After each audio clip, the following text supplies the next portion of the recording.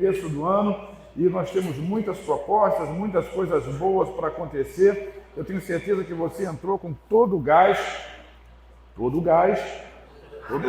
né? Que você entrou em 2025 com todo o gás e nós vamos ser vitoriosos. Deus tem algo grande para você esse ano, irmão.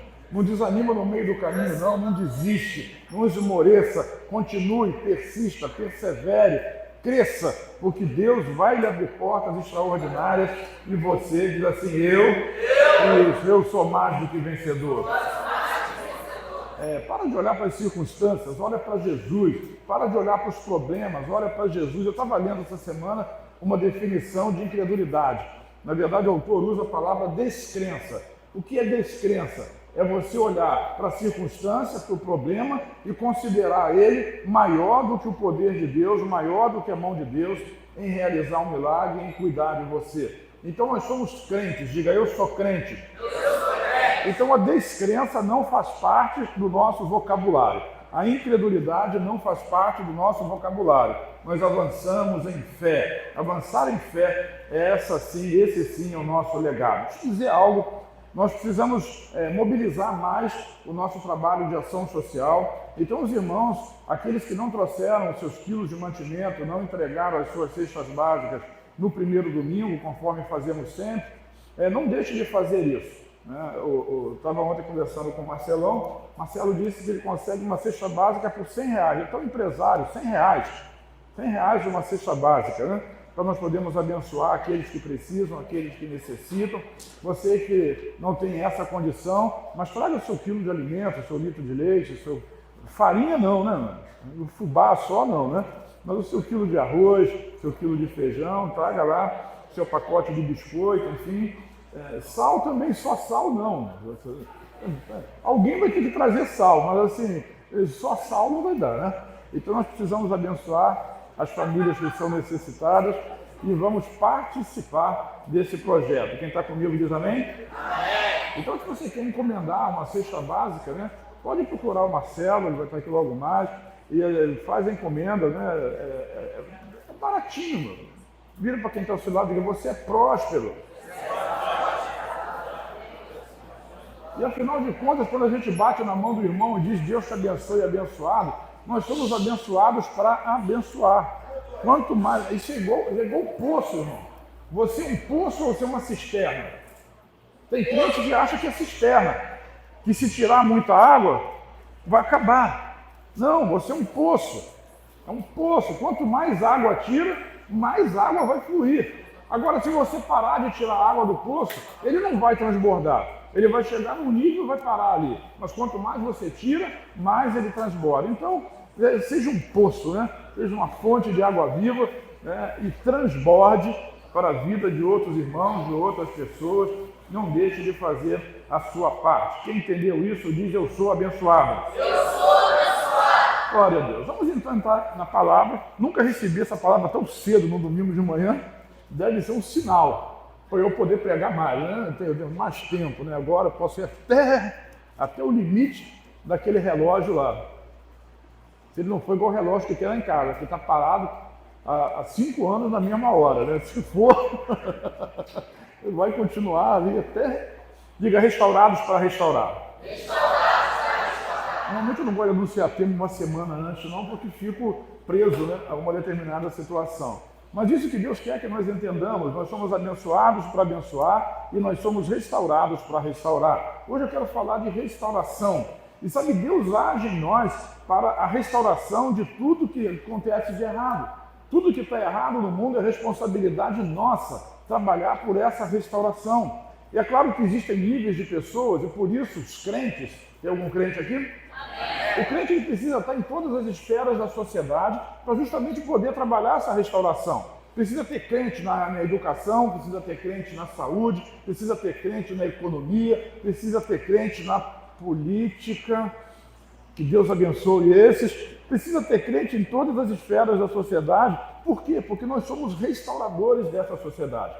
Uma vez Deus deu para nós, na pessoa de Adão, a responsabilidade de cuidar e de zelar para isso tudo. Nós sabemos que o nosso representante, ele vacilou e entregou esse domínio para o diabo. Mas agora, diz agora, Aquela história que você ouve lá, e o diabo tentando Jesus, diz assim: tudo isso te darei, se prostrado me adorares.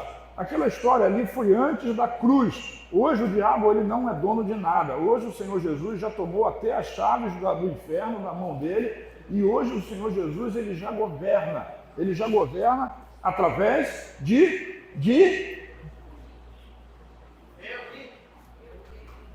o Senhor Jesus governa através de você. Porque assim como Jesus é, nós somos também nessa terra. Então nós somos os governantes dessa terra. Nós estabelecemos, nós temos o poder e a autoridade dadas por Deus para poder estabelecer um tempo de restauração, um tempo de cura. O grande problema do crente é que ele é tudo menos crente. Ele não consegue acreditar que Deus ele tem o poder para transformar, para restaurar e para fazer as coisas novas. Mas eu quero lhe dizer, meu irmão, que esse poder está nas suas mãos. Diz amém. Então, querido, entenda comigo. Vamos começar num nível bem básico, né? Existem níveis de restauração. Dependendo do nível de envolvimento com o pecado, com circunstâncias que a pessoa passa, ela vai sofrer um nível de restauração. Mas uma coisa é certa, nós somos restaurados para restaurar. Como é que isso funciona? Nós somos abençoados para abençoar. Em algum momento na nossa vida, nós precisamos de alguma forma de restauração. Restauração de pecado, restauração de relacionamento, restauração de saúde, restauração de finanças. Em algum momento da nossa vida, nós precisávamos de restauração e nós fomos alcançados. Talvez em outras áreas da nossa vida a gente não tenha nem alcançado esse nível de restauração ainda, mas eu quero dizer que aquele que começou a boa obra, ele não desistiu de você. Então nós somos restaurados, por exemplo, se você foi restaurado na sua família e quando veio para Jesus a sua casa foi restaurada, você já tem algo nas suas mãos para poder trabalhar a restauração. Você agora está apto para trabalhar a restauração de famílias. Por quê? Porque a sua família foi restaurada. Se você chegou quebrado na igreja, falido, endividado, nas mãos dos agiotas, e hoje você já é próspero, já está crescendo, você tem na sua mão, no seu testemunho, na sua boca, uma chave de restauração para poder abençoar e restaurar outras pessoas. Diga: eu sou um restaurador. Se você estava na mão do pecado, das drogas, do álcool, do vício, da promiscuidade, da prostituição, e hoje você está liberto, você está curado, você está restaurado, você tem nas suas mãos o quê? Uma chave de restauração. Que restauração é essa? A restauração desses pecados. Você é um testemunho vivo e Deus o utilizará para poder ser um restaurador nesse tempo. E vamos repetir: eu sou um restaurador. Eu queria mostrar isso numa história bíblica que é bastante emblemática. Sabe, existia um endemoniado e ele ficava ali do outro lado do mar da Galileia, num lugar chamado Gadara, perto de uma comunidade de cidades chamada Decápolis. Deca de 10, né? 10 cidades que viviam juntas, uma próxima da outra, e ali em Gadara tinha aquele endemoniado que ficou conhecido pelo nome de endemoniado gadareno. E ele andava de dia e de noite, gritando, gemendo, se cortando com pedras, vivia nos sepulcros e andava nu. Essas são características de pessoas endemoniadas, pessoas que se machucam, que andam com muito pouca roupa, pessoas que andam gemendo, gritando, falando demais durante todo o tempo, que gosta muito de cemitério, e assim aquela gritaria daquele homem atingia níveis longos, longe. Dizem os estudiosos que até do outro lado do mar, onde estava Cafarnaum, do lago da Galileia, era possível ouvir os gritos e os gemidos daquele camarada que estava endemoniado. Muitas vezes tentaram prendê-lo, talvez enquanto ele dormia, botavam correntes nele, e ele sempre conseguia, com a força sobrenatural daquela legião de demônios, que se fala em torno de 6.000 demônios, tinham força suficiente para arrebentar as correntes e para fazer ele se libertar das correntes físicas, mas não das correntes espirituais. As pessoas, quando vivem debaixo de opressão, é normal elas questionarem quando você aborda esse assunto e dizer: eu sou livre, preso é você. Eu sou livre para fumar, eu sou livre para beber, eu sou livre para fazer isso, para fazer aquilo, e começa a cantar de galo, contar história, eu sou livre para isso, eu sou livre para aquilo, eu sou livre para aquilo outro, e na verdade não consegue perceber que eles são aprisionados a tal ponto, a um nível de recurso, de pecado, de situação, que quem não consegue se livrar deles é ele, porque ele, pecador, está aprisionado. Por isso Jesus disse, aquele que comete pecado é escravo do pecado. Mas eu e você somos livres. Você é livre até para pecar. Vire para quem está ao seu lado e diz assim, sabia disso? Pastor, você está dizendo que eu posso pecar? Estou. Claro que você pode. Deus criou você com livre-arbítrio. Você pode fazer o que você quiser. Sendo que, é claro, vai arcar com as consequências disso. Pega o seu dedão assim, ó, e aponta para cima. Tem algumas tomadas aí no prédio. Você pode pegar e enfiar o seu dedo dentro dela depois que acabar o culto. Você é livre para fazer isso. Diz amém. Tem muita gente que diz amém. Mas você sabe que quando você fizer isso, você vai tomar um. Você é livre para fazer o que você quiser. Agora, você não é livre para escolher as consequências daquilo que você faz. Mas entenda, Deus já perdoou você. Ele vai até olhar e vai chamar que sujeito dolo. Para que enfiar o dedo na tomada? Para que fazer isso? Para que fazer aquilo? Para que fazer aquilo outro? Agora que é livre, mas você já é livre. E essa dicotomia de escravo, livre, de liberto e preso, é uma coisa que o endemoniado ele sempre usa para nos atacar, dizendo que nós somos presos a regras, nós somos presos à lei, nós somos presos a isso ou aquilo. Mas nós só somos presos a Jesus e Ele comprou a nossa liberdade. Agora o verdadeiro escravo é quem está do outro lado. Essa era a visão. Aquele endemoniado ele era o escravo dos demônios que habitavam nele. Até que, num belo dia, Jesus resolveu ir ao seu encontro.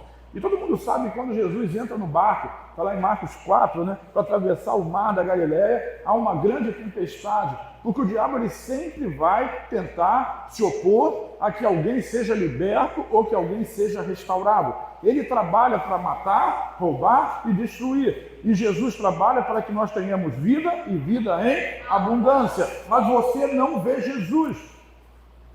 Como Jesus trabalha? Jesus trabalha através da igreja. Nós somos os representantes de Jesus. Paulo diz que nós somos embaixadores por Cristo, como se Deus por nós rogasse. Rogamos, pois, da parte de Cristo que vos reconcilieis com Deus.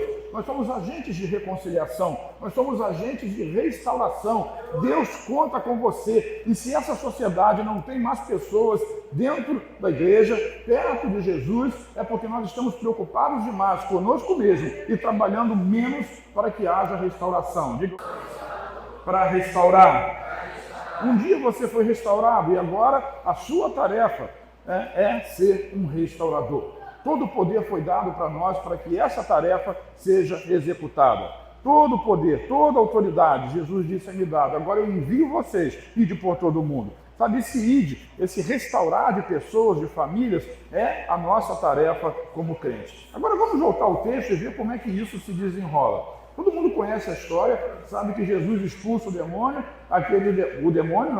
aquela legião de demônios, e eles entram nos porcos, os porcos se precipitam, e as pessoas escandalizadas ali pedem para Jesus ir embora daquela terra. E eu queria mostrar para vocês o finalzinho desse texto, Marcos capítulo 5, versículos 18 a 20, que diz assim: quando Jesus entrava no barco, o homem que tinha sido possuído por demônios implorou para ir com ele. O que aquele homem fez?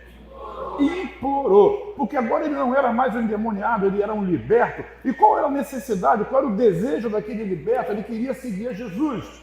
Nós somos libertos, nós somos livres para seguir a Jesus, ou não? Mas ele queria, desejava, ele ansiava por seguir a Jesus. Mas Jesus respondeu para ele com uma palavra muito simples, diz assim: não.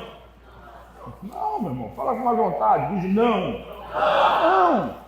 Sabe, as pessoas, elas pensam que vão ajudar Jesus andando atrás dele. Eu estou falando lá no ministério de Jesus. Mas Jesus disse para aquele homem assim: não, você não vai vir comigo. Ele disse assim, olha no versículo 19, volte para sua casa, repete comigo. Ele disse mais, e para a sua família, e conte-lhes tudo que o Senhor fez por você.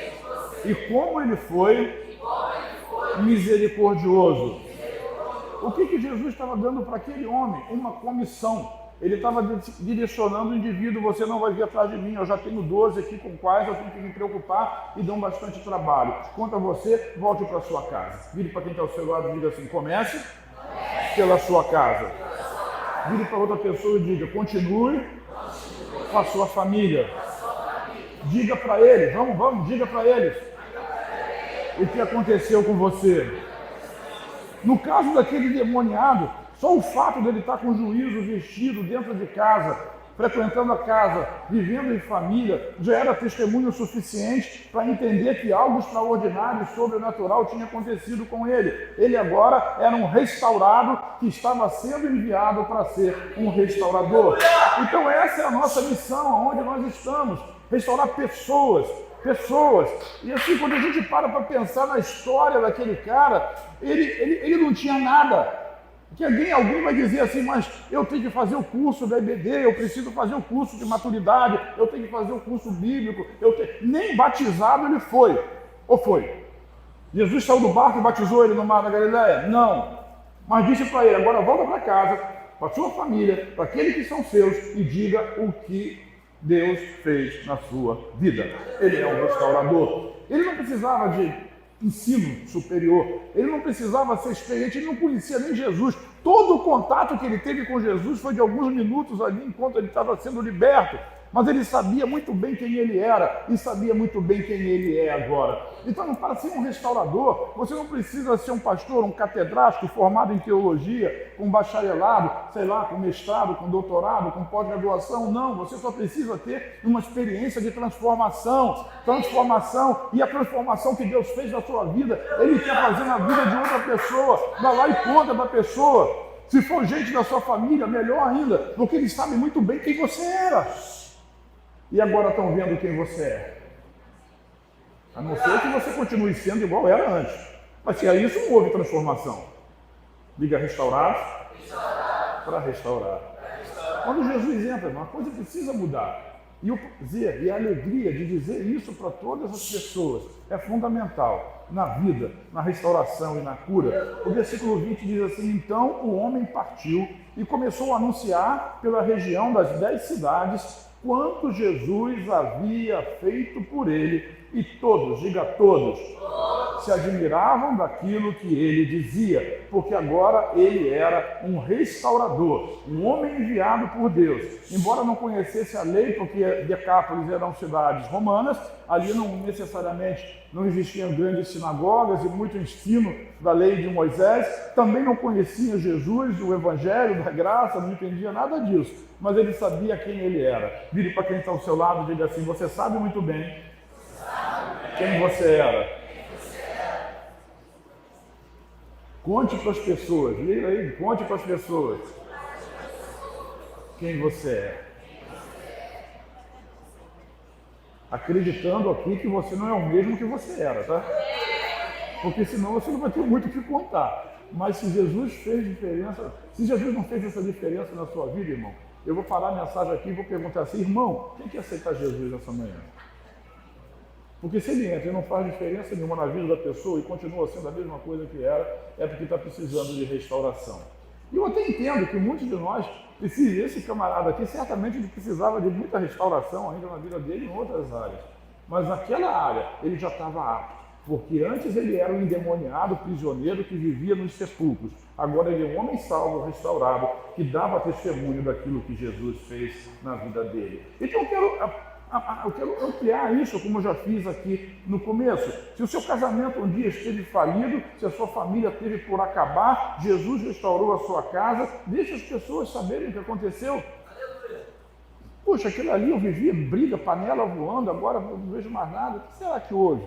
Diga para as pessoas o que houve. Jesus restaurou a minha casa. Mas a gente fica muito mais preocupado conosco mesmo, né? Eu não quero passar vergonha e contar que a minha mulher batia em mim. Mas não precisa dizer os detalhes, mas diga, a minha família estava acabada e Jesus restaurou a minha casa. A minha vida estava acabada pela doença, eu estava enfermo, eu tinha doenças crônicas, eu tinha um tumor, ou isso ou aquilo, mas Jesus me curou. Diga isso para as pessoas, tá? Compartilhe o seu testemunho. Você está sendo um restaurador, você era um traficante, vivia aí com um radinho na mão, passando frio, passando fome nas esquinas. Mas agora você é restaurado. Deus te deu até uma namorada. Meu Deus, glória a Deus. Você vivia na noite fazendo bobagem. Mas agora você não faz mais isso. Você dorme em casa, você tem uma família, você tem uma esposa. Antes você vivia roubando aí pelas ruas, fazendo alguma coisa, mas hoje não. Hoje você tem família, tem trabalho, você é próspero, tem um carro novo.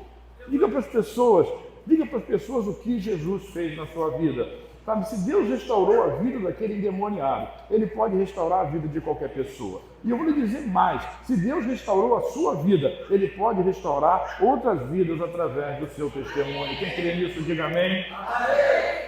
Então a gente precisa compreender, na verdade precisa acreditar, porque compreender você compreende, você é um camarada, uma pessoa, uma mulher, um jovem muito inteligente, mas às vezes a gente fica achando que tem coisas que são muito difíceis. Subir com barricada, por exemplo, a gente pode achar que isso é uma coisa muito difícil, talvez até impossível, mas eu quero lhe dizer algo, Deus pode, vamos repetir juntos aqui, Deus pode muito mais do que podemos imaginar. Pergunta para quem está do seu lado assim, você é crente? Então eu quero dizer algo para você. Existem promessas que desafiam o seu intelecto. Diga isso para a pessoa que está ao seu lado. Existem promessas que desafiam o seu intelecto. Muitas vezes, na maioria das vezes, nós estamos muito mais convencidos da nossa incapacidade do que da capacidade de Deus. Sabe, você não é limitado à sua força, ao seu poder e à sua inteligência. Você é potencializado pelo Espírito Santo para realizar coisas que ninguém pode fazer humanamente explicando. Então Deus tem muito, diga muito, muito mais. Efésios capítulo 3, versículo 20, diz assim, aquele que é capaz de fazer, vamos juntos, aquele que é capaz de fazer infinitamente mais.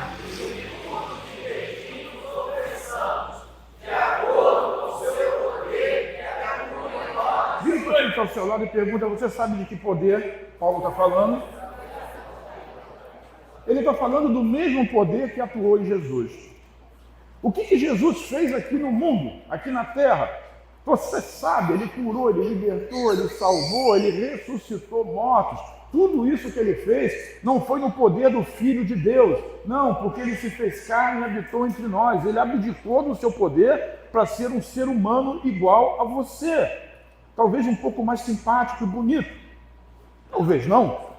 Talvez um judeu narigudo. Mas o fato é que ele abdicou do seu poder para vir aqui como homem. E tudo que ele fazia aqui na terra, fazia pelo poder do Espírito Santo. Diz amém. E eu quero dizer para você que é o mesmo Espírito que habita em você. É o Espírito que fez Jesus atuar, é o Espírito que ressuscitou Jesus dentre os mortos, é o mesmo poder, e esse Espírito ele é capaz de fazer infinitamente mais do que tudo que você pode pedir, pensar ou imaginar, de acordo com o poder dele. Diga, de acordo com o poder dele. Não é de acordo com o seu poder. Não é de acordo com o seu recurso financeiro, não é de acordo com a sua capacidade intelectual, não é de acordo com a sua força, é de acordo com o poder dele. E a Bíblia diz isso o tempo todo. Disse para Moisés, não vou, manda outro. E Deus disse, vai você, eu estou mandando você ir, eu vou ser contigo. Jeremias dizia, eu não sei falar, eu não sei o que, não fui eu que fiz a boca, você vai. Jonas tentou fugir, Deus foi atrás dele, mandou a baleia engolir ele. Aliás, eu não sei se vocês acompanharam, mas saiu nas redes sociais e na imprensa que uma baleia engoliu um homem e depois cuspiu ele de volta. E alguém diz que isso é impossível. Não, não é. Ainda mais se Deus estiver no negócio. É o Jonas moderno. E assim que ele ficou conhecido. É o Jonas moderno. Sabe, e o mundo, Deus, ele vai provando pela própria capacidade de que as coisas que estão na Bíblia são verdade. Então ele está dizendo, eu posso fazer muito mais. Eu estou te enviando para você fazer coisas extraordinárias. Para Jeremias ele diz, o que eu disser, você vai falar. E eu vou te dar poder para, em meu nome, construir e derribar. Ou seja, ele era um reconstrutor, ele era um restaurador. Então Deus está nos dando essa autoridade. E Ele pode fazer, não depende de você. Só depende de você crer. Diga, crer. Agora, quem crê, age. Quem crê não fica em casa. Quem crê não fica trancado. Quem crê não fica lá em cima do monge, né? Fazendo jejum e orando. Quem crê vai agir de acordo com a promessa que recebeu. Quem crê vai agir de acordo com o dom e com o talento que recebeu como voluntário na obra do Senhor. E ali você vai ser pleno, você vai ser um restaurador, você vai ser um abençoador. Deus tem muito mais para fazer do que a gente é capaz de pensar. O que a gente acredita, infelizmente, é mais na nossa incapacidade, do nosso não merecimento, do que nos méritos de Jesus na cruz. Então isso é um caminho perigoso de incredulidade. Deus fez em nós e semeou em nós uma palavra de fé. Diga eu creio. Diga eu creio. Se eu creio, eu já disse para vocês, está gravado em outras mensagens. Eu falo com o carro, eu falo com as plantas lá de casa, com uma, porque as outras são dela, ela que tem que falar. Eu estou aqui na expectativa de que ela vai liberar a palavra em cima das plantinhas que estão morrendo. Mas a plantinha que está na minha mão, ela está vivendo, porque eu falo com a planta, eu falo com a casa, eu falo com o demônio. Essa noite foi uma noite difícil. Olha que antes de eu dormir, eu expulsei tudo quanto é de radiação de demônio que possa entrar, atrapalhar a minha mente, atrapalhar o meu sono e o dela. Porque mulher não dorme bem, eu também não durmo, né? Ela fica sacudindo o tempo todo, ligando o celular, aí é uma coisa difícil. Então eu tenho que orar por mim, tenho que orar por ela, mas eu falo com o que eu tenho que falar. Já vi meu carro ser consertado sem ninguém botar a mão, eu vejo planta crescer, eu vejo situação mudar, mas você tem que ter coragem, tem que ter fé. Né? Fé. A fé é no invisível. Qual é a definição de fé de Hebreus? Das coisas que não se veem. Né? Para você fazer alguma coisa que você está vendo, vamos fazer uma reconstrução dessa igreja, Jefinho? Olha, você tem aqui um orçamento de 500 mil reais para remodelar isso aqui. Você vai brincar aqui dentro, né? Mas vai precisar de fé? Não. O orçamento está na mão, está com dinheiro. Fé é quando você não tem. E aí precisa aparecer. Mas você sabe, diga eu sei, que o meu Deus, segundo as suas riquezas, em glória,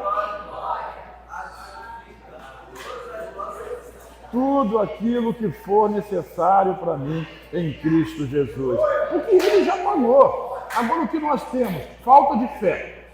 Só isso. O que nos falta é fé e atitude para poder mover as circunstâncias e restaurar aquilo que está em torno de nós. Eu estou dizendo, nós somos restauradores no lugar onde nós estamos, nós somos restauradores desse bairro, nós somos restauradores das nossas famílias. Não aceite que a sua família se perca. Seja um restaurador da sua casa, seja um restaurador onde você trabalha, você pisa ali, você coloca as suas mãos ali, ali é um lugar abençoado, você está ali. A questão é que você não consegue se ver como abençoado, se não houver arrependimento. E arrependimento aí na estrita revelação, ou na estrita tradução, ou na estrita, como é que eu vou dizer, no que significa de fato a palavra, é mudança de mente. Vire para quem está ao seu lado e diga assim, você precisa mudar de mente. A primeira coisa que você precisa entender é que você é um abençoado. E nós estamos há meses falando sobre isso. Diga, eu sou. Então viva como tal. Viva como um abençoado. O abençoado ele não está preocupado com a circunstância, porque a bênção de Deus é maior do que a circunstância daquele dia. Aquele dia as coisas podem ter acontecido de maneira ruim, o pneu do seu carro furou, houve um engarrafamento, você perdeu a hora, perdeu uma reunião, se aborreceu em casa, teve alguma dificuldade grande, né? A obra não deu certo dele, isso aí deu um problema tremendo lá, mas apesar disso, diga, eu sou abençoado. Mas você perdeu o emprego, mandaram você embora, disseram uma lorota qualquer para você e você voltou para casa muito triste, mas independente disso, você é abençoado. Sabe? Se uma porta se fecha aqui, Deus vai abrir uma outra ali, porque a bênção de Deus ela não saiu de cima de você, ela continua contigo. Viva como abençoado, larga de ser um reclamador, um murmurador e seja um abençoado. Declara a bênção de Deus sobre a sua vida, sobre a sua família, sobre a sua casa, sobre as suas coisas. Se eu tivesse um cachorro, eu diria que ele é abençoado. Mas eu não tenho um cachorro. Nem gato. Nada disso. Não tenho tempo. Mas ele é a benção. Sabe, aquele que é capaz de fazer infinitamente mais do que tudo que nós pedimos ou pensamos, de acordo com o seu poder que atua em nós. Esse é Deus. É Deus que pega Gideão, um medroso, que estava se escondendo dos midianitas, olha para ele e diz assim, você é um homem valente, você é um poderoso guerreiro, porque essa é a fé de Deus, é a fé que traz à existência aquilo que não existe. É a fé que traz existência, é isso que Abraão nos ensina, e nós somos herdeiros da mesma bênção de Abraão, trazer a existência, falar, declarar. Lá em Santa Bárbara nós falamos, quando começamos o ano, em abril lá, que nós iríamos batizar 50 pessoas no mínimo no ano de 2024. Nós ultrapassamos isso em mais de 10 pessoas, não sei a conta, a matemática exata, mas uma igreja que não batizava ninguém há 3 anos. Não tinha batismo há 3 anos, sei lá, ou mais. 50! Porque ele é poderoso para fazer muito mais. E depois eu fiquei arrependido de não ter dito 100. Porque Deus age na nossa fé, na nossa capacidade de crer. Nós somos uma igreja de restauração. Qual é a data do primeiro encontro? 17 de maio. Sabe quantas pessoas nós temos inscritas para esse encontro? Nenhuma. Sabe quantas pessoas nós vamos ter nesse encontro? Capacidade máxima do sítio. Porque nós somos uma igreja de restauração, a gente não age pela dificuldade. Aí, mas a minha célula não consegue ninguém, mas tem a outra célula ali que vai conseguir 5, 6, 7, 10. E se você acreditar, a sua vai conseguir também. Sabe, existe uma promessa, existe uma palavra. E às vezes o líder ele fica dizendo, eu não posso, eu não consigo, não vai dar, ninguém me ajuda, eu estou sozinho. Com isso você só está trazendo impossibilidades sobre você. Declare a bênção de Deus, existe uma palavra, existe uma promessa sobre a sua vida. Então comece a falar da promessa e para de falar do problema. É difícil? Não sei, deve ser. Mas aquele que é capaz, vamos de novo juntos, Efésios 3:20, aquele que é capaz de fazer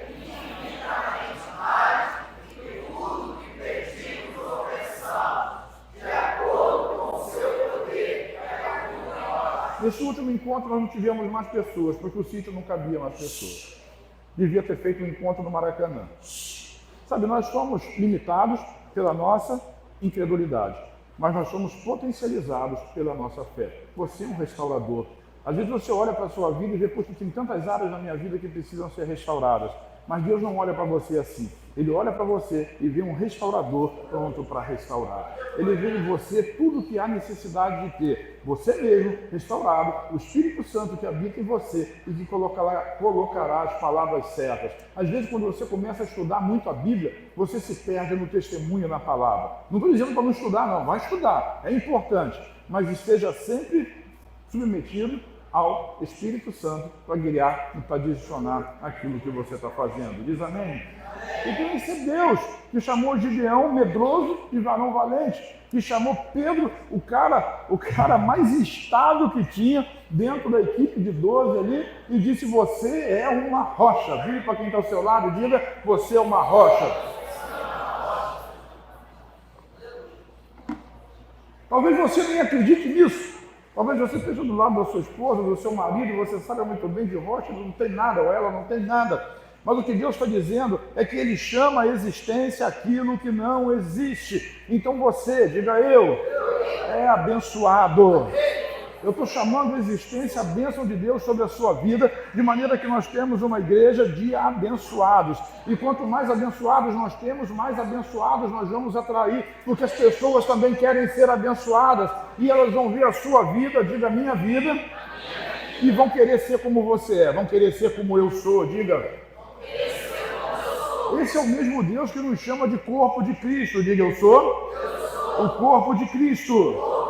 E mais ainda, o apóstolo João diz, assim como Jesus é, antes de mais nada, pensa comigo, como Jesus é? Como Jesus é? Aonde Jesus está? Ele está no céu, sentado. Agora ele pode sentar, porque ele concluiu a obra, do lado de Deus Pai. Assim como ele é, nós somos também nessa terra. Então é chamar a existência, você não se vê assim, mas é assim que Deus vê você. E essa é a expectativa dele, que você seja um restaurador nessa geração. Quem crê nisso diz amém, dá um aplauso ao Senhor Jesus.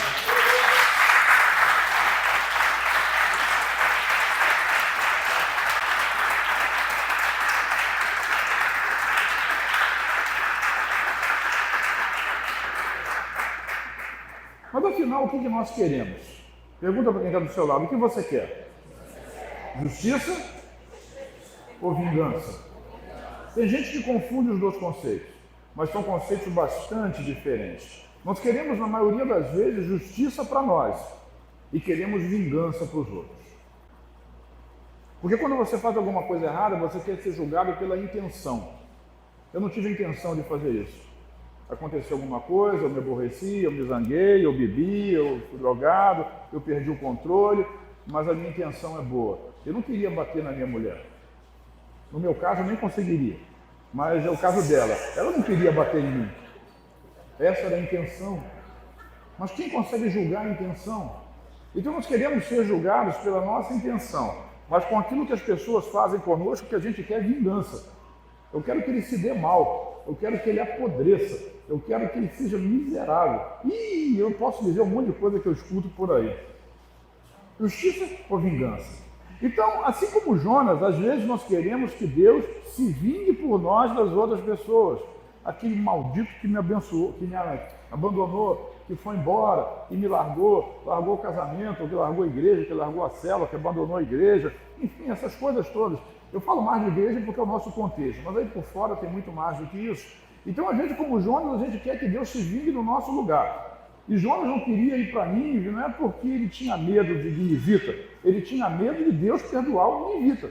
E ele não tolerava isso, ele preferia morrer afogado no oceano do que ver aquele povo que ele considerava miserável, inimigo do povo de Israel, ser salvo. Mas Deus é amor, repete comigo, Deus é amor. Então a essência de Deus é o amor. E para demonstrar esse amor, ele enviou Jesus para sofrer e morrer em nosso lugar. Jesus sofreu a ira de Deus, e a ira de Deus, para que pudéssemos ser perdoados por ele. Jesus não foi na cruz para vencer o diabo, simplesmente. Ele foi na cruz para satisfazer a justiça de Deus. Porque se Deus for extremo na sua justiça, é igual lá no deserto, em outras passagens do Antigo Testamento, é chão abrindo, é caindo fogo do céu e esse tipo de coisa, mas Deus não faz mais isso. Porque em Cristo todos nós fomos perdoados. Diga para quem está ao seu lado, diga: você é perdoado. Isso. Ontem eu estava conversando com um pastor e ele estava citando exatamente isso, né? Algumas pessoas acham que podem perder a salvação. Mas se todos os seus pecados estão perdoados, como você pode perder a salvação? Não pode, é ilógico, não faz sentido. Quem está comigo diz amém. Então, Jesus ele sofreu a ira de Deus. Deus meu, por que me desamparaste? Ele foi abandonado na cruz, para que você jamais fosse abandonado de novo. E a pergunta permanece: nós queremos justiça ou nós queremos vingança? Porque a justiça de Deus é diferente do nosso modelo de justiça. Vamos ver o que a palavra diz. Mateus capítulo 12, versículos 20 e 21 diz assim: não esmagará a cana quebrada. Vamos repetir? Não esmagará a cana quebrada. Nem apagará a chama que já está fraca. Nem apagará a chama que já está fraca. Por fim, ele fará que a justiça seja vitoriosa. Vamos repetir essa frase. Por fim, ele fará que a justiça seja vitoriosa. Sabe para quê? Ou sabe por quê? O versículo 21 responde: porque o seu nome será a esperança de todo o mundo. Se Jesus fosse um vingador sanguinário, ninguém colocaria a sua esperança nele. Mas Jesus é um salvador amoroso. E as pessoas não acreditam nele. Não acreditam porque, no fundo, as pessoas elas querem vingança. E muita gente, quando está sofrendo, elas acham que estão sofrendo porque merecem sofrer. Acha que a sua enfermidade é resultado de um pecado cometido. Acha que o abandono que tem na vida, do fim da sua família, acabou o casamento, é porque em algum momento eles fizeram alguma coisa errada e agora estão pagando o preço por conta disso. Não, irmão. O mundo jaz no maligno e coisas ruins acontecem nas pessoas que são boas. Entenda isso. Agora nós somos superiores a tudo isso. Jesus, ele te ama tanto que ele muda as circunstâncias para que todas as coisas cooperem juntamente para o bem daqueles que amam a Deus. Então, nós somos restauradores. A nossa mensagem é a mensagem de restauração. A gente não vem dizer que ele, olha, cuidado, Jesus vai matar você. Não, não vai não. Quem vem matar, roubar e destruir é outra pessoa. Nós não pregamos a mensagem do medo, nós pregamos a mensagem da esperança. Vamos voltar ao versículo 21. E o seu nome será a esperança de todo o mundo. O seu nome não será o juiz de todo o mundo. Um dia será, mas não é agora. Nós estamos no ano aceitável. no tempo da bondade, no tempo da graça. E a mensagem que nós pregamos é que Ele perdoa, você é perdoado. Vamos para a parte bíblica? Porque Deus amou de tal maneira que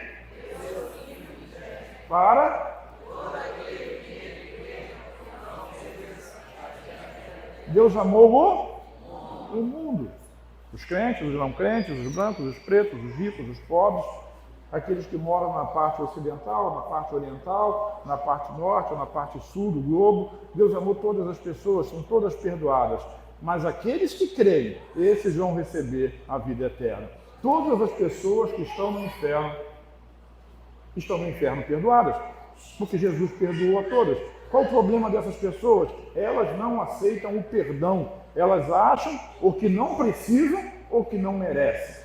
Tanto faz uma coisa ou outra, é caminho da derrota, da perdição e da morte. Agora eu quero dizer para você que eu sou um restaurador. Nós somos restauradores e a nossa mensagem é justamente essa: não esmagará a cana quebrada. Você não vai pegar o bêbado e chutar ele, não vai pegar o mendigo e chutar ele, não vai pegar o incrédulo ou o bandido ou seja lá o político corrupto e chutá-lo. Não, ele não veio esmagar a cana quebrada, ele veio dar oportunidade, reconstruir. Ele não veio apagar aquela coisa nojenta de cuspir no dedo e fazer na vela. Ninguém usa vela mais, mas enfim, ele não veio aqui para apagar aquela chama que está fraca, mas ele veio reacender. Vire para quem está ao seu lado, diga assim: sua missão é reacender a chama. Por quê? Porque a justiça, repete comigo, a justiça precisa ser vitoriosa. A justiça precisa ser vitoriosa. E a justiça de Deus, ela está em Cristo Jesus, em que Ele morreu pelos nossos pecados passados, presentes e futuros. Jesus fez justiça, Ele nos fez justo na cruz, em seu sangue, na sua ressurreição, e essa é a nossa justiça, essa é a nossa mensagem. Se um dia você não valia nada, hoje você é justo aos olhos de Deus, você é justiça de Deus em Cristo Jesus, e você vai dizer para aquele encardido que trabalha com você, para aquele incoerente, para aquele incrédulo, para aquele falador, você vai dizer: sabe, Jesus não veio para esmagar você, mas Ele veio para dizer que você é perdoado, e Ele quer te dar uma nova oportunidade, Ele quer mudar a sua vida. Sabe, um dia eu já fui igual você, mas hoje eu estou aqui pela graça de Deus. Não vai falar que a vitória tem sabor de mel porque você ganhou sozinho, não. É porque Jesus mudou a sua história. Diz amém. Sabe, essa justiça que vem da fé, onde o próprio Jesus pagou o preço pelos nossos erros, essa é a esperança de todo mundo, porque se não for Jesus, não há esperança para essa terra. Não há, definitivamente não há esperança para essa terra. Mas enquanto nós estamos aqui, lembre de Paulo na carta aos Romanos, a própria natureza anseia a manifestação dos filhos de Deus. Nós precisamos nos manifestar como restauradores dessa terra, restauradores dessas vidas, restauradores das famílias, restauradores dos fracassados financeiramente, restauradores dos enfermos, dos doentes. Nós estamos aqui para isso. Diga: eu estou. Eu já expliquei no primeiro tópico. Para de dizer que não é possível, porque todas as coisas são possíveis àquele que crê. E não é pela sua força, é pelo poder dele. Já falei isso semana passada, ou retrasada. Zorobabel estava numa sinuca, e quando ele via que não tinha mais jeito, o profeta chegou para ele e disse assim: não é por força, nem é por violência, mas é pelo meu Espírito, diz o Senhor dos Exércitos. É pelo poder do Espírito. Ouça Deus. Agora tem muito crente que é almático e acha que aquela palavra que vem é de Deus, mas é da alma.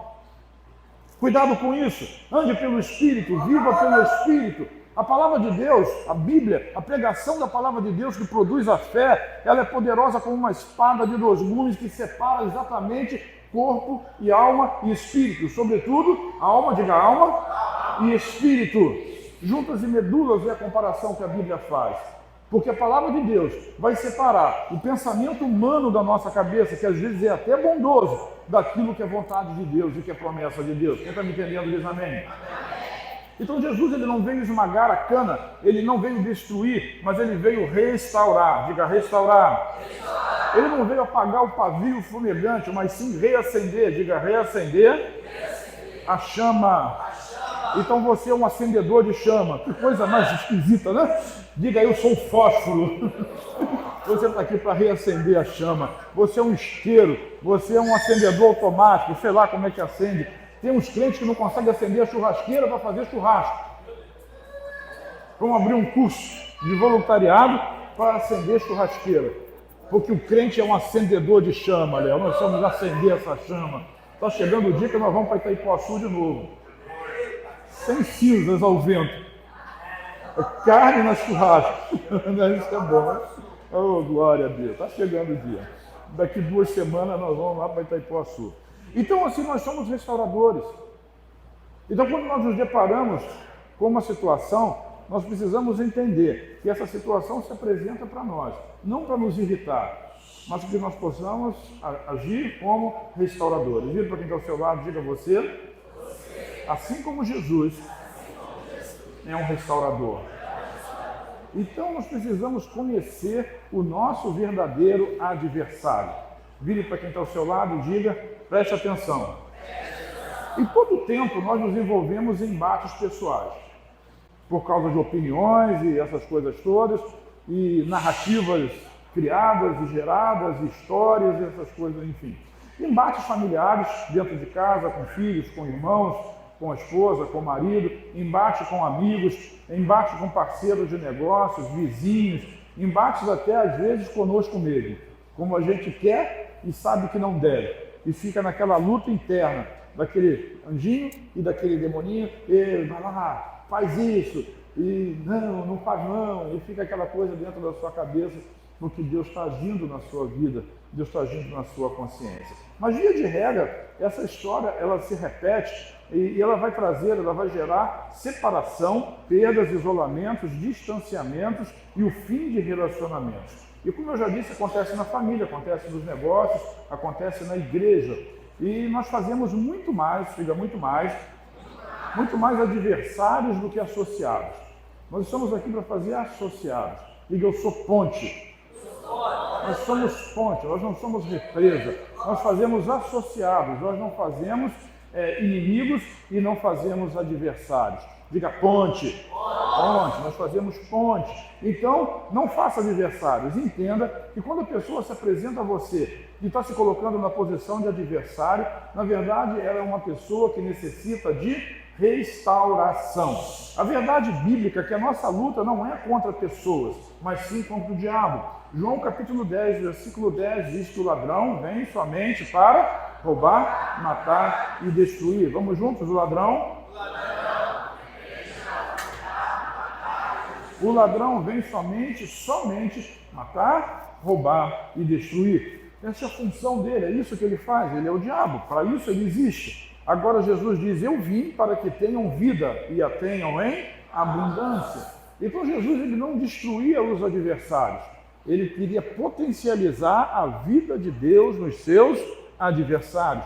Ele confrontava adversários? Sim, mas para potencializar a vida de Deus nos seus adversários. Ele era um restaurador, diga restaurador. Efésios capítulo 6, versículos 10 a 12, diz assim, finalmente, fortaleçam-se no Senhor e no seu forte poder. Diga isso para a pessoa que está ao seu lado, finalmente, e no seu forte poder. Isso ele está ensinando, Paulo está ensinando como nós devemos enfrentar o inimigo. Nós não devemos nos fortalecer na nossa força. Você pode fazer jiu-jitsu, musculação, muay thai, boxe, taekwondo, fazer todo tipo de preparo para poder lutar, mas isso não vai resolver a sua verdadeira luta contra o seu inimigo. A sua força precisa ser no Senhor. Então diga, fortaleça-se no Senhor. E aí ele diz mais, no versículo 11, vistam toda a armadura de Deus. Para quê? Para poder ficar firme. O que te fortalece é a armadura que vem de Deus. Contra o quê? Ciladas do diabo. Repete? Ciladas do diabo. Se Deus diz que você precisa se fortalecer nele, é porque você tem um adversário. Se Deus diz que existe uma armadura, é porque alguém vai atacar você. Não tem jeito. Não há como fugir dessa realidade. Todos nós somos restauradores. Eu posso usar uma outra metáfora. Todos nós somos soldados de Cristo. Todos nós somos o corpo de Cristo. O diabo não pode atacar Jesus, ele pode nos atacar. Então, por isso, nós nos fortalecemos no Senhor e nos revestimos da armadura de Deus. Isso se chama batalha espiritual. Isso é intercessão. Todo crente precisa ser um intercessor, pelo menos de si próprio e do pastor. Claro. Quando você orar por você, ore por mim também. Quase que eu falei, sai em nome de Jesus, que eu ouvi um negócio esquecido ali. Ou só eu ouvi? Não, né? Todo mundo crente precisa ser um intercessor. Ele precisa orar, oração de guerra, oração de batalha. Ele precisa aprender quem é o seu verdadeiro adversário. Quem está me entendendo? Então, para poder ficar firme contra o que? Cilada. O que é uma cilada? É uma armadilha. O diabo, ele faz armadilhas para você cair nela. Quando você pega o Salmo 91, e você deveria orar esse Salmo com fé, mas olhe com fé. Não abre a Bíblia lá e deixa lá e acha que isso vai resolver o seu problema. Lá diz assim, aquele que habita no esconderijo do Altíssimo, a sombra do Onipotente descansará. E diz assim, olha como a fé se manifesta, direi do Senhor, Ele é o meu refúgio e a minha fortaleza, é o meu Deus em quem eu confio. Ele, quem? O meu Deus, me livrará do laço do passarinheiro e da peste perniciosa. Sabe, o laço do passarinheiro são as ciladas do diabo contra a sua vida. Deus te livra do laço do passarinheiro e da peste perniciosa. Agora você, como crente, precisa fazer como diz o versículo 2, direi do Senhor. Você tem que falar, tem que dizer, tem que repetir. Ele é o meu refúgio, Ele é a minha fortaleza, Ele é o meu Deus, nele eu confio. Ele me livrará do laço do passarinheiro e da peste perniciosa. Me cobrirá com as suas penas e debaixo das suas asas estarei seguro. E diz mais, a sua verdade, pergunta para quem está do seu lado, qual é a verdade de Deus? Não é retórica. Qual é a verdade de Deus? Qual é? A tua palavra. Então a palavra de Deus, a promessa de Deus, ela é escudo, né? A versão mais antiga vai dizer escudo e broquel. Se você ler esse versículo na NVT, ele vai dizer é escudo e proteção. A palavra, a promessa, o que te promete, o que te protege. A promessa de Deus protege você. Ela te leva ao futuro, ela protege o seu presente, ela faz você avançar. Diz amém? Então existe uma armadura, porque o versículo 12 diz, a nossa luta não é contra pessoas. Repete, a minha luta não é contra pessoas, mas contra poderes e autoridades, contra os dominadores. Leia essa palavra, dominadores. O que um dominador faz? Domina. Quem é esse dominador? É o inimigo.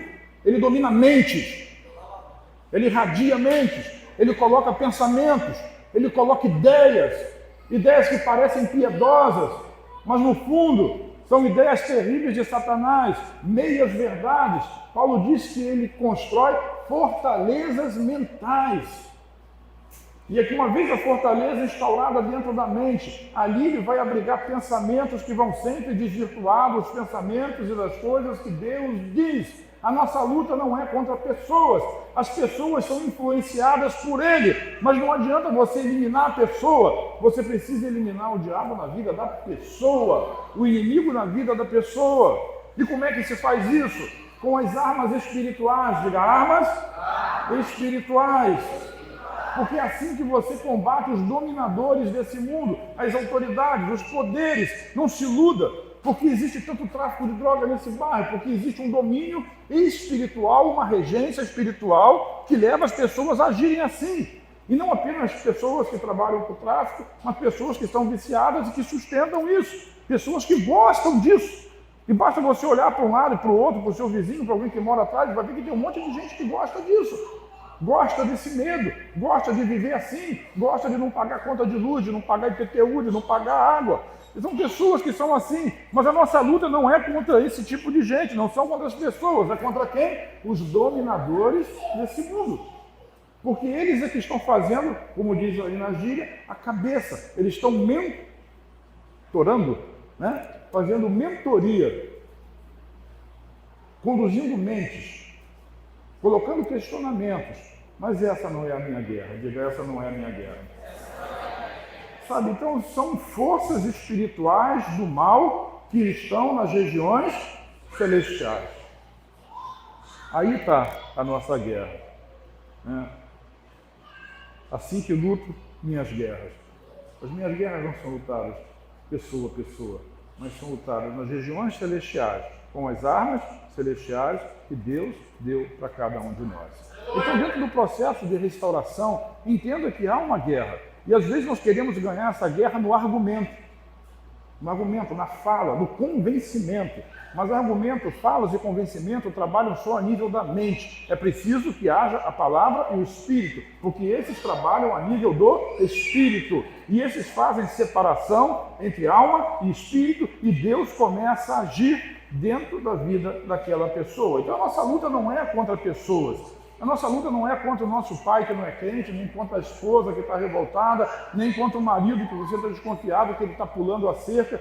Sabe, a sua luta verdadeira é contra o diabo que está o conduzindo para que destrua a sua casa e a sua família. E você pode ser uma ferramenta nas mãos do diabo para destruir, ou você pode ser uma arma na mão de Deus para restaurar e para reconstruir. Porque as armas de Deus são diferentes. Fala aí, perdão, amor, compreensão. As armas de Deus são essas. E se você pegar lá os frutos do Espírito em Efésios, você vai ver que bondade, longanimidade, mansidão, domínio próprio, Deus usa esse tipo de coisa. Mas esse tipo de coisa só acontece naqueles que têm os frutos do Espírito, que andam pelo Espírito. Repete comigo, a minha guerra não é contra pessoas. A sua guerra não é contra o seu filho que está indo para as drogas. Não adianta bater nele e maltratar ele. A sua guerra não é contra o seu filho que está fazendo uma opção que você não gosta. Não adianta bater nele e maltratar ele. A sua guerra é contra o diabo, é contra o inimigo que está manietando ele para que ele faça esse tipo de coisa. Lute a verdadeira guerra, a guerra espiritual. Você, diga eu. Se for da sua família, você tem autoridade sobre ele. Você tem autoridade. Você tem autoridade se você é pai. Se você é filho, espiritualmente você tem autoridade sobre o seu pai para abençoá-lo. Então coloca ele diante de Deus. Expulsa o inimigo da vida dele. Mas não faça isso na frente dele. Porque isso pode causar problemas muito sérios para você. Mas você não precisa fazer isso na frente dele. Mas está fazendo pelas costas, você não está fazendo com ele, irmão. Está me entendendo? Eu vou usar, por exemplo, da minha esposa, com alto risco. Mas assim, ela não tem demônio nenhum, mas eu não vou expulsar o demônio dela. Ah, você está repreendido em nome de Jesus. Não é ela. Se fosse o caso, eu poderia estar lá no trabalho, lá no Rio, e estar manietando o diabo com a autoridade que o Senhor Jesus me deu. Por quê? Assim como Jesus é, eu sou nessa terra. E eu tenho uma autoridade, você tem uma posição em Cristo. Qual é a sua posição em Cristo? Acima dos principados e potestades. Entenda que as regiões celestiais é onde existem as guerras, mas o terceiro céu é a habitação de Deus. É lá que você está. Você não está no lugar da guerra, na zona de guerra. Você não está na zona da turbulência do avião. Você está acima das nuvens, acima da turbulência. E é de lá que você manieta o inimigo. Mas para isso precisa ter duas coisas. A primeira é fé. Qual é a primeira? Fé. E a segunda aí é conhecimento. Diga conhecimento. Conhecimento das armas. Se você não conhece as armas, você vai ser um derrotado. Você agora está no outro nível, de você começar bem raso, né? Mas agora você está no outro nível de restauração. Diga, eu sou um restaurador para restaurar. Por isso que Jesus, quando ele estava na cruz, a fala dele foi: Pai, perdoa, porque eles não sabem o que fazem. Não sabem, eles estavam ali debaixo de uma manietação espiritual.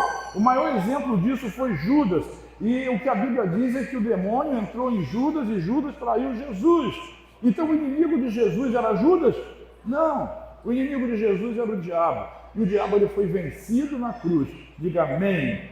Irmãos, esse é o tempo de restauração. Vamos repetir esse? É o tempo de restauração. Com restauração vem muito problema, irmão. Porque coisas, pessoas, famílias a serem restauradas sempre são problemáticas naquilo que estão fazendo. Porque elas resistem à mudança, embora precisem dela. E tem um tempo de arregaçar as mangas e de declarar a bênção, a palavra, a promessa de Deus. Porque é assim que nós vamos restaurar. Não é no argumento, nem no convencimento. Eu tenho certeza que muitos, a maioria aqui, já experimentou convencer alguém e a pessoa deixou a célula, deixou a igreja, foi embora, mas talvez faltasse usar as verdadeiras armas, as armas espirituais, que são aquelas que expulsam o inimigo, que cortam a irradiação espiritual e que fazem a pessoa ser livre, diga livre, para decidir. Mas sem aquele tormento, né? Livre para decidir sem aquele tormento. Aliás, num culto, uma intercessão quando funciona no culto, funciona exatamente para isso. Para que o inimigo fique fora, não tenha poder, não tenha nenhuma autoridade para impedir as pessoas a tomarem decisões ao lado de Cristo, crer em Jesus como Salvador, decisão de ser um dizimista, um ofertante, de ser alguém que sustenta a obra, decisão de amar o irmão, decisão de perdoar o irmão, porque o inimigo ele vem com aquela ideia na cabeça assim, pô, tu vai perdoar, fulano traiu você, fulano te abandonou, e fulano fez isso, ou fez aquilo outro, essa é a obra do inimigo. E o inimigo vem matar, roubar e destruir, mas Jesus ele veio para que nós tivéssemos vida. E a vida vem com perdão, com amor. É disso que eu estou falando. E essas coisas ficam dentro da sua cabeça. Quem tem a cabeça maior, Jean hoje não veio, mas quem tem a cabeça maior, tem mais guerra, eu imagino, dentro da sua cachola. Vontade de se vingar. Repete comigo assim, você quer o quê?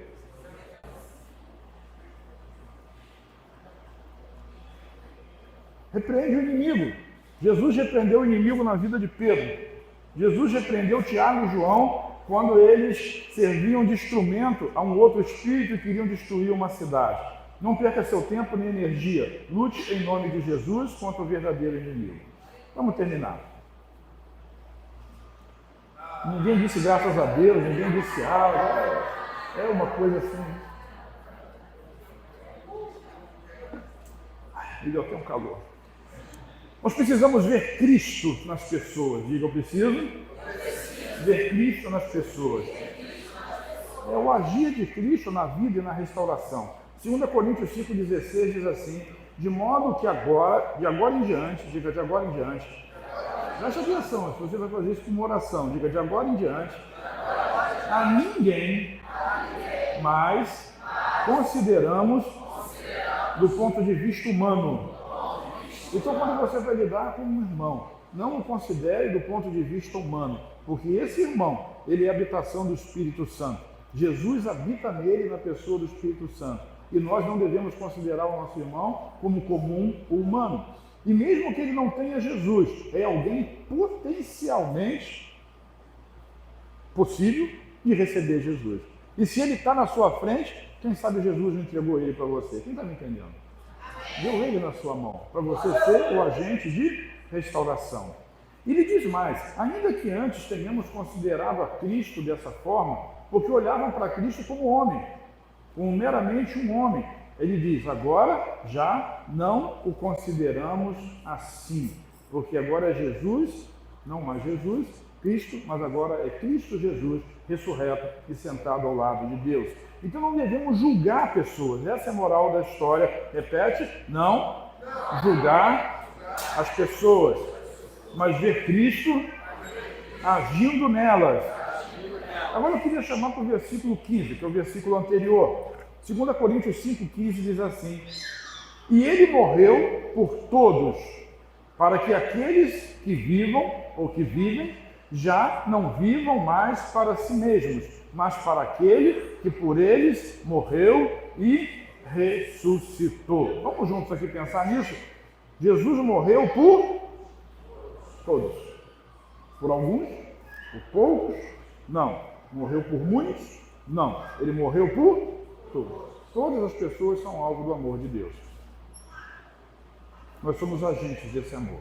Então ele morreu por todos, para que aqueles que vivem já não vivam mais para si mesmos. Quem são aqueles que vivem? Os que vivem são aqueles que já creram em Jesus e já receberam Ele como seu Salvador e Senhor. Esses vivem. Então esses que vivem, tem alguém vivo aqui? Qual é a palavra de Paulo? Diz lá assim, já não vivam mais para si mesmos. Esse é um problema de que muitas vezes a gente não recebe a bênção de Deus, a gente não consegue romper as regiões celestiais e trazer as bênçãos espirituais, porque nós só vivemos para nós mesmos. Nós queremos enriquecer, mas a prosperidade é uma bênção, mas ninguém enriquece para si mesmo. Você é abençoado para abençoar. A pessoa quer ser curada, mas você quer ser curado para si mesmo. Não, tudo que Deus dá para nós é para que isso faça parte da bênção do corpo. Aqueles que vivem, não vivam mais para si mesmos. Não, vamos repetir, não vivam mais para si mesmos, mas para aquele que por eles morreu e ressuscitou. Tudo que acontece conosco é para a glória de Deus. Tudo que acontece conosco é para testemunho. Tudo que acontece conosco é restauração para que pessoas sejam restauradas. Repete comigo, eu sou um agente de restauração. Fica de pé comigo em nome de Jesus nessa manhã. Glória a Deus.